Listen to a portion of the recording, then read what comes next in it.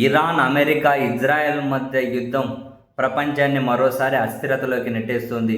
పశ్చిమాసియాలో తీవ్ర ఉద్రిక్త పరిస్థితులు మరోసారి నెలకొంటూ ఉన్నాయి. ఆల్రెడీ స్టార్ట్ అయిపోయాయి.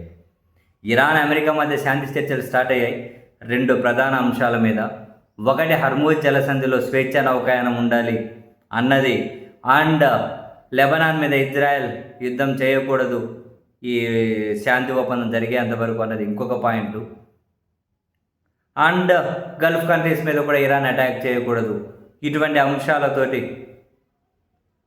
శాంతి చర్చలు జరుగుతూ ఉంటే మధ్యలో ఇజ్రాయెల్ వాటిని నాశనం చేసుకుంటూ లెబనాన్ మీద దాడి చేసింది.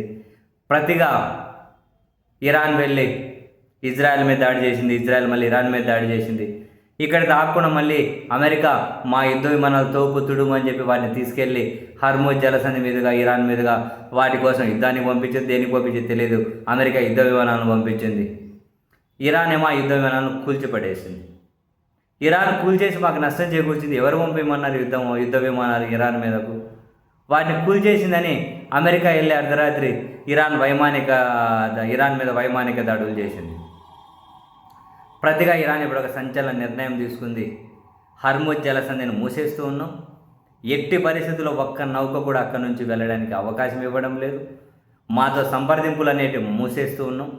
ఏ దేశపు నౌక కూడా దాని నుండి వెళ్ళడానికి మేము అంగీకరించాం. ఒకవేళ ఎవరైనా కనుక వెళ్తే ఒక వార్నింగ్ కూడా ఇవ్వం. డైరెక్ట్గా దాన్ని పేల్ చేస్తాం. దాంట్లో నౌక ఉందా, దాంట్లో వాణిజ్యమా, మనుషులా, నౌకలు ఏమున్నాయో లేదు. ఒక వార్నింగ్ కూడా ఇవ్వం, పేల్ చేస్తాం అని చెప్పి ఒక సంచలనమైనటువంటి నిర్ణయం తీసుకొని అఫీషియల్గానే ఇరాన్ ప్రకటించింది.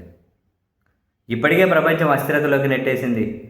ఒకవైపు మన నౌకలన్న కాసింత ఇరాన్ నుంచి అనుమతి తీసుకొని వస్తూ ఉండే. ఇప్పుడు మనం చూసాం కదా, నిన్న అమెరికా ఒక మన నౌక మీద దాడి చేసింది.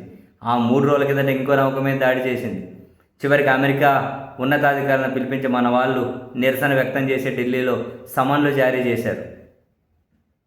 ఇప్పటికే ప్రపంచం ఇబ్బందుల్లోకి పోతుంది.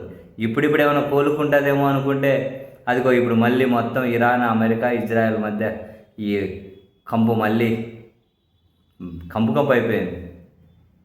హర్మూజ్ను మూసేసింది ఇరాన్. తగలడని అందరూ వచ్చి